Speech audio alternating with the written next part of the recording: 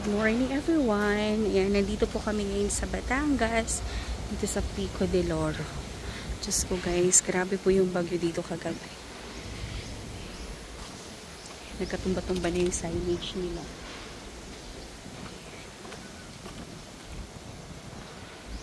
Ayan, so dito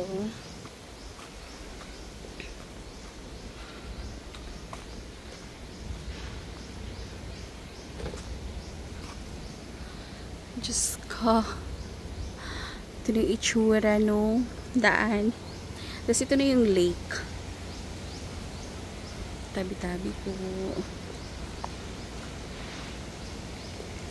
Ayan, hindi kami nakapagala-gala dito kasi sobrang lakas po ng bagyo kahapon.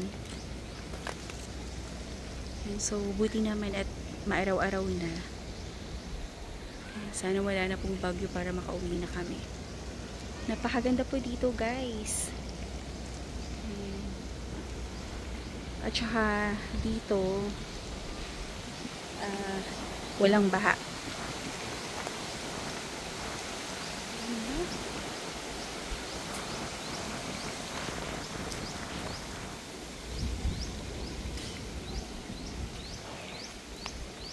Napakaganda dito. Ang sarap bumalik dito guys. Inabot lang talaga kami ng bagyo dito. Ay ganito po yung itsura niya. So i-clearing na siguro ito ngayong araw para maaliwalas at maganda siya ulit. Ayan, dito po kami sa building na ito nag-stay sa Chacana. At yan din po yung unit for sale. Ayan, so kung interested po kayo, text or call niyo lang po ako sa aking cellphone. So 917-123-9341 po. Pauwi na kami. So ayan, gugora na kami. And kung meron kayong questions or inquiry guys, dito po sa project na ino-offer ko po, or unit for sale dito sa Pico del Oro. And message lang po kayo sa akin, or once again, text or call po kayo sa akin. Cellphone number 0917-123-9341 po. Yan din po yung aking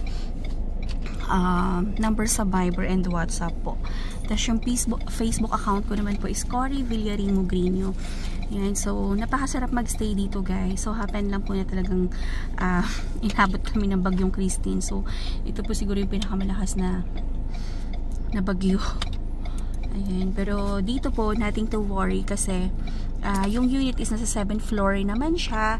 At the same time po mafe-feel mo lang talaga yung bagyo kapag once lumabas ka. Pero kapag nandun ka naman sa unit, secured naman and hindi mo siya ramdam kasi ewan ko ba, parang hindi naman po nararamdaman sa loob ng unit yung bagyo.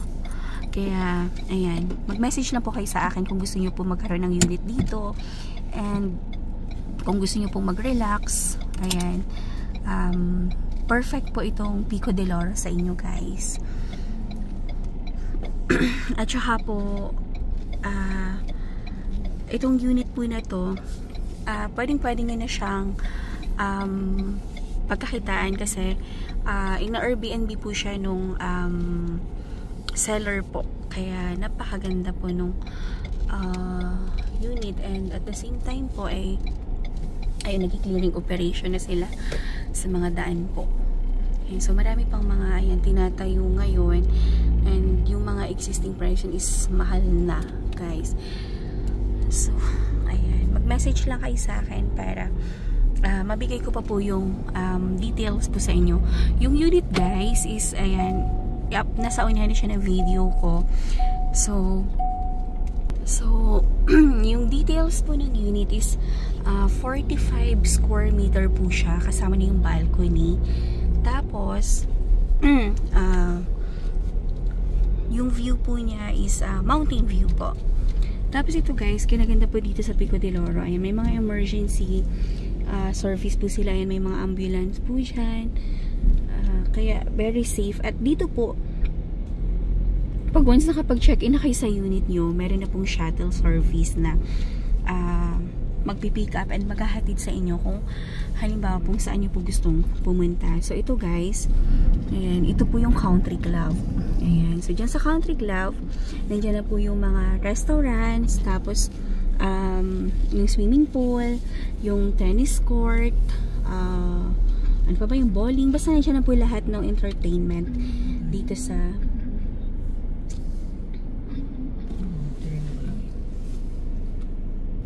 so iikot po tayo dito guys. Ayan, Pico de Loro Country Club.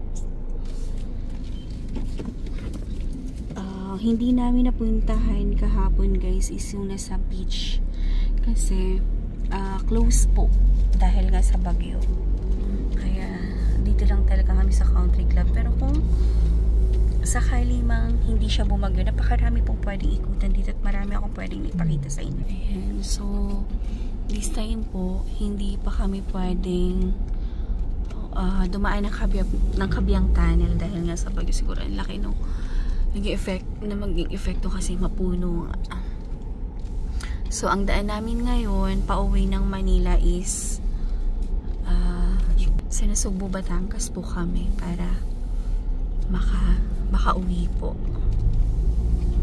Diyos ko, inabot kami ng bagyo dito, pero overall naman enjoy, and at least na-test natin yung unit na safe naman po, at saka ayan, komportable pa rin magstay kahit na bumabagyo. Kumbaga meron kang peace of mind. Ayan, so yung mga dadaanan lang po talaga ay nakakaawa lang kasi ang dami na naman po nasalanta ng bagyo ngayon. Ayan guys, so nandiyan kami nakastay, ayan, sa Jacana. So nandiyan po yung unit. So ngayon po is ito na yung way pa uwi, and may mga nagki-clearing na rin nung daan. So tingnan nyo guys yung, ay grabe, lakas ng hangin dito kagabi, sobra. So ito na yung mga nasa, ay mga puno. Hala, natumba yung puno, ang laki. So ganun kalakas ang hangin dito, ganun kalakas yung pag salanta ni Christine dito, kaya nako, Diyos ko, mag-ingat po tayong lahat guys. Ay nako,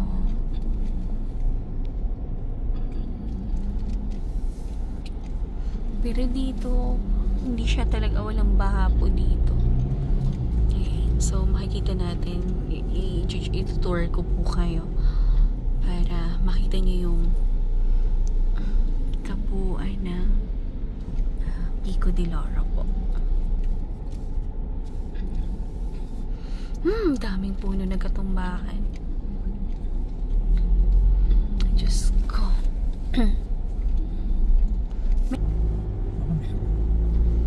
Ayan, Diyos ko, nagkatumbahan yung mga puno. Ayan, ang laking puno na tumba.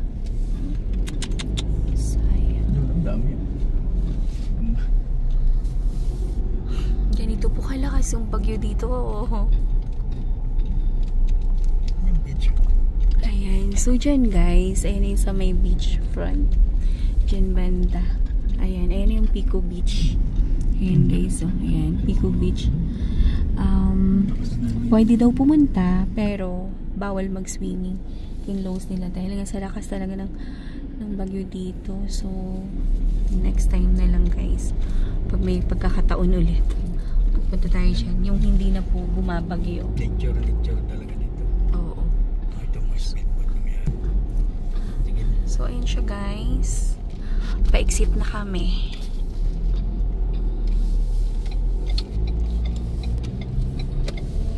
Napakaraming speedboat dito guys, siguro is yun sa mga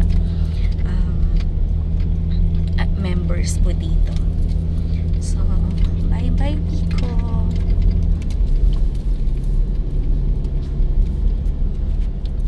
Praying po na sana wala na pong ulan at saka wala na po sanang bagyo para makalusot na kami. Diyos ko.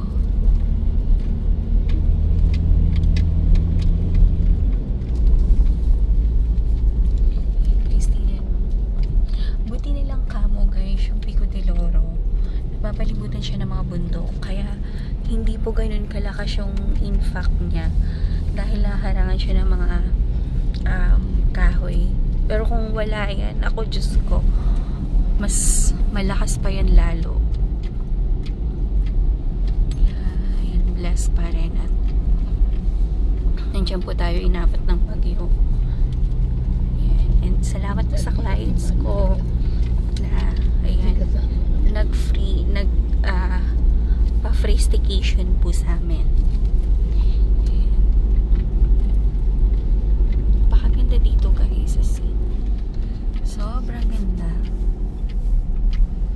Nakaka-amaze. Lalo na po kung mahilig ka talaga sa, alam mo yun, yung nature. Dito po is may enjoy mo talaga.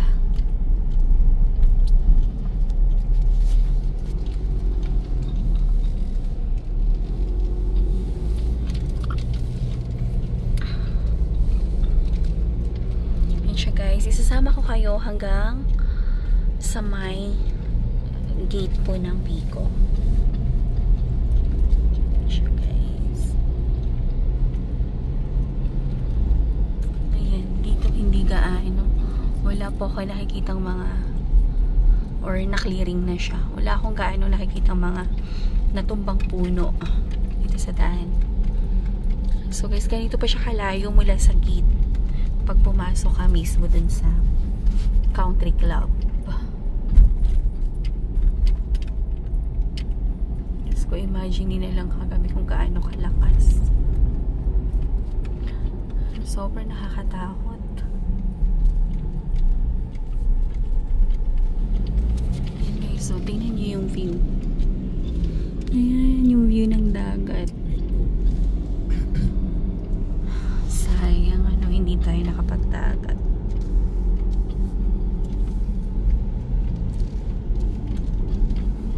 Yeah, pero sobrang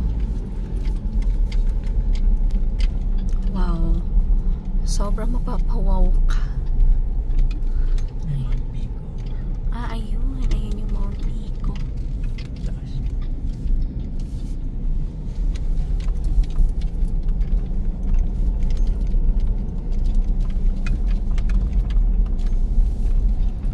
Salamat po't wala na pong bagyo.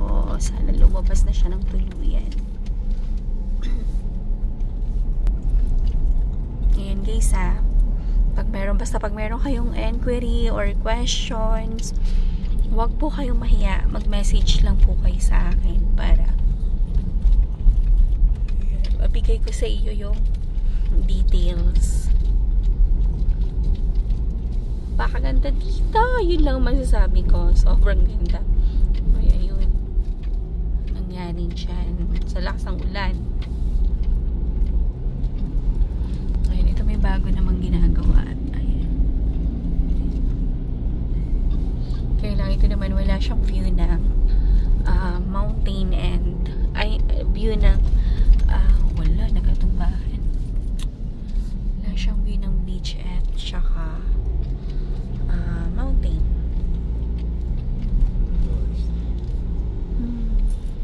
Ganda dito.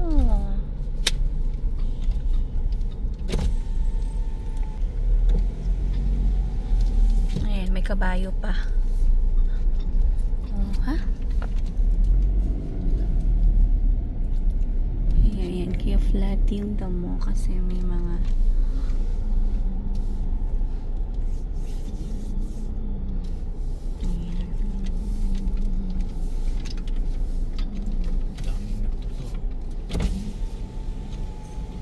so, ang dami pong nagtutour ngayon. Daming tourist. Ayan po. Bagyo. Ang ganda dito. Oh, ay sayang. Yung malaking puno na tumba. Yun na, sayang. Magiging appliances na siya ngayon. Ay, ano ba tawag dito? Ayan, ayan na po yung gate ng Pico. So, ayan, pauwi na kami. Bye-bye! Magiging furniture pala, hindi pala appliances. So, thank you everyone and maraming salamat po sa panunood na aking vlog. Ayan, so please like, share, and subscribe po nitong aking YouTube channel para every time po na nag-upload po ako is maninotify po kayo. So dahil not possible daw ang Kabyang Tunnel ngayon, magnanasugbo Batangas kami. Connect to Tagaytay para lang makauwi kami ng Manila. So once again, maraming salamat po and keep safe everyone. Bye-bye po!